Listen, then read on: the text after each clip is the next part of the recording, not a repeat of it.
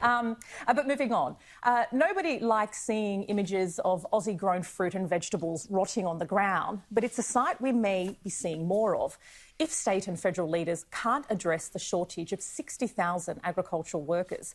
The pandemic has greatly reduced the number of migrant, seasonal workers who are usually backpackers and do this work. And since March, businesses, unions and legislators have been scrambling to come up with the right solution. In a desperate bid to get a helping hand, one of the country's largest blueberry growers is offering a prize pool of $50,000 to attract workers needed to harvest the remainder of its 2020 crop. An inquiry into the Working Holiday Maker program has also made an interim recommendation that fees for university courses be discounted for students who pick fruit on farms. So consider it a gap year. Forget backpacking in Belgium. We know that's not possible at the moment. Pick bananas in the regions instead. It's also been suggested that Australians on JobSeeker should still be able to receive the unemployment benefit while also earning money, harvesting crops and working on farms. New South Wales farmers told me out-of-work Aussies should consider a tree change. If you lost your job in the city, why not think about heading out to the regions and helping out on farms? And even a solution put forward by the Refugee Council of Australia suggests enlisting the 17,000 refugees who have been found to be legitimate refugees who don't have a path to residency to work instead on farms in exchange for a better shot at permanency. So far, this idea has been supported by politicians from both the opposition and the crossbench. But this week, an ABC investigation on the backpacker visa scheme revealed more stories of foreign workers exploited on farms, with one backpacker saying she earned as little as $2.50 an hour picking strawberries on a piece rate in Queensland. More stories about sexual harassment of young agricultural workers are also surfacing. An agricultural industry leader based in Queensland just days ago admitted to me that the exploitation of workers is the shameful underbelly of the industry.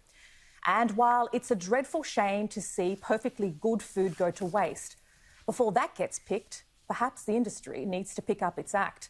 Our food is overwhelmingly produced off the back of migrant labour, where exploitation and degradation often goes unchecked. Perhaps now that young Aussies will be coaxed into this work, will stakeholders work together to make this type of work more appealing, making it safer, fairer and accountable?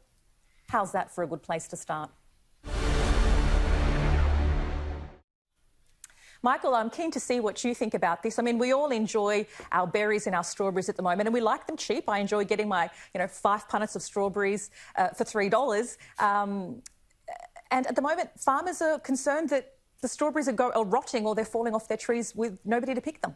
Yeah, there's a huge amount of issues here. You're quite right to raise it, Antoinette. I raised it on this show a couple of months ago as well, and nothing much has been done since. Massive problem here is really the state borders, because agricultural work is predominantly itinerant work, which means that, often you'll have someone start in the Northern Territory and work their way down over 4 or 5 months to Victoria, picking up work along the way. Well, you just can't do it at the moment. In some respects, I think for no good reason. I wouldn't be saying COVID's a problem really outside of the city. So I think a lot of this is nonsense, what's going on. But we're all going to pay the price. There'll be food shortages, and there'll be, even more importantly for the agriculturalists, export difficulties. And this is off the back of finally some good rain. I mean, they've finally had some good news out west, and now they've got, which is ostensibly a city problem with COVID, holding up their ability to get workers. But look, broadly, some good ideas that you raised there. I've spoken to a few politicians, John Alexander, for example. I know the government's been looking at this with a cross-party team, and that HEX idea for a local gap year, a sort of a HEX reduction, I think has some merit. But this is going to be another one of those issues, as important as it is to build things in Australia post-COVID and to be able to supply your own medicines and the rest of it. We've also got to really now look at the reliability of our workforce, particularly in agriculture. 80% of the workers are now foreign nationals, most of them, as you've said correctly, working holiday visa holders and backpackers. They're not here this year. They may not be here next year. Well, it's often we turn to backpackers and incentivise their visas because this is the work that Aussies traditionally don't want to do. It's seasonal, it's repetitive, it can be boring. Georgie, I'm keen to bring you in at this point. There won't be schoolies this year. Do you reckon it's time that teenagers instead, head to the regions and grab a basket and pick some berries? Look, I think I'd be reluctant to describe that as a sort of quick path to popularity among school leavers. I feel like they might say that after everything they've had in 2020, that would just be potentially the final insult. But I think it's one of the things that is really interesting that we have all had to come to grips with because of this pandemic is that normal routine, the status quo has been shifted really substantially. You know, I don't think anybody would say that anything that has happened this year is ideal and that anybody would want it to be this way. But we are in a situation where things have fundamentally shifted. And if you look at this problem in the way that you've framed it, Antoinette, there are competing interests here. So we know that we don't want good food to go to waste. We don't want farmers to have to struggle any more than they already have off the back of, you know, successive droughts that we've had. We also know that we do have an issue now with unemployment, with higher unemployment than we've had. Australia has entered a recession for the first time in 30 years. All of these things actually do require change. And I think that if the one good thing that comes out of this, and it comes a little bit off what we were talking before about consultants, but if we start to look at these problems holistically and we are actually creative about what the solutions are, and we think, what are the fundamental issues here? We need this fruit to get picked because Australians, we need to eat fruit. Ideally, farmers need to be able to export fruit.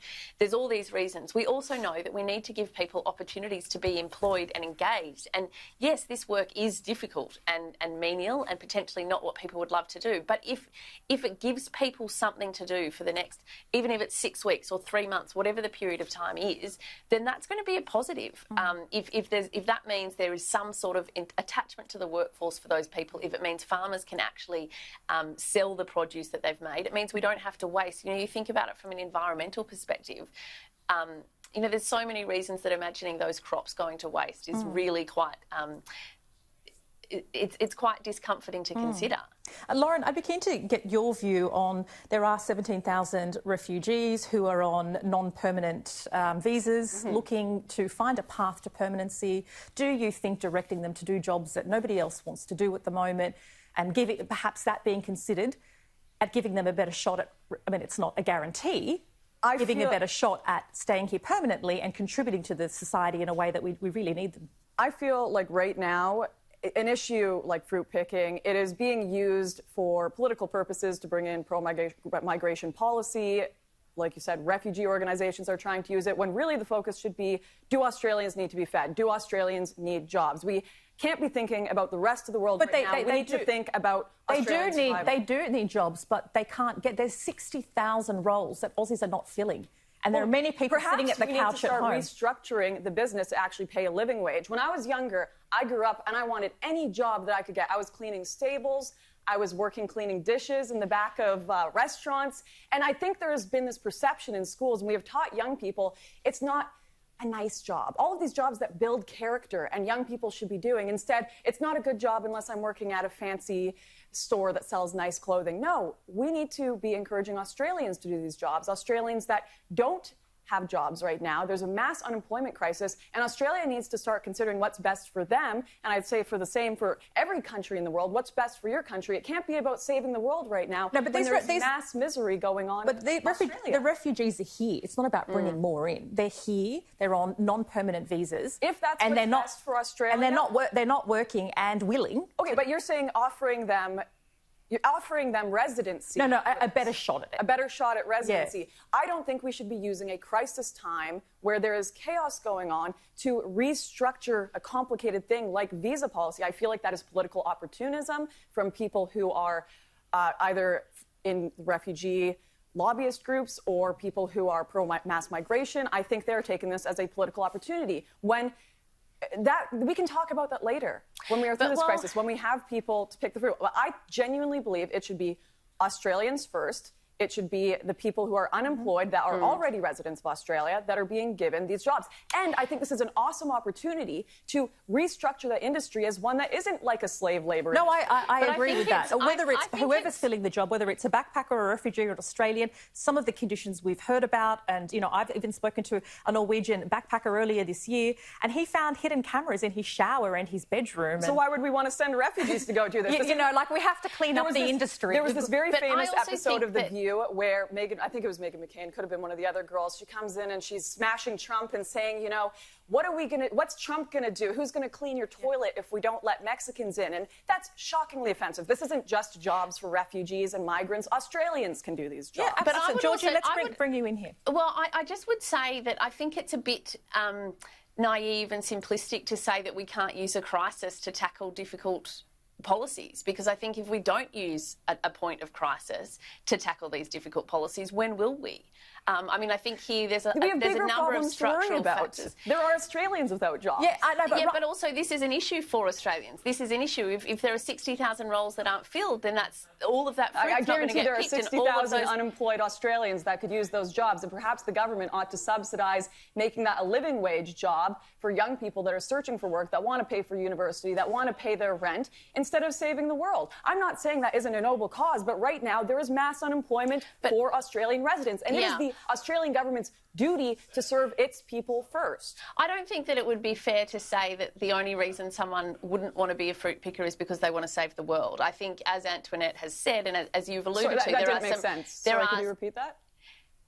You just said that, you know, that there are other jobs other than saving the world, as if the only reason that people aren't taking these jobs is because they just want to be out saving the world. I think there's other issues that are getting in the way of people taking these jobs, and one of those issues, as you have said, is the fact that it's not a living wage and the conditions that people have been working in are horrific. And so I think this crisis is a perfect opportunity to actually be really intentional about examining why that is, and I think this is something that needs to happen more broadly in workplaces, that when there is exploitation that is at the heart of an industry, and it certainly does seem to be the case, that one of the reasons these jobs will be very difficult to fill is because you are basically not entitled to any dignity. You know, that doesn't make you a bad person if you want to be treated with the basic dignity that all humans are. Of course, I'm saying, in fact, restructure it, make it a better industry. No. Don't just throw migrants. No, I think make it a better industry. I think we're all in agreement that the industry needs to clean up its act. That nobody likes to see fruit dropping to the floor and rotting, that we're worried about food security and food sustainability. We can't seem to agree on the best approach and who should fill those jobs, but we're keen to hear from you. So we've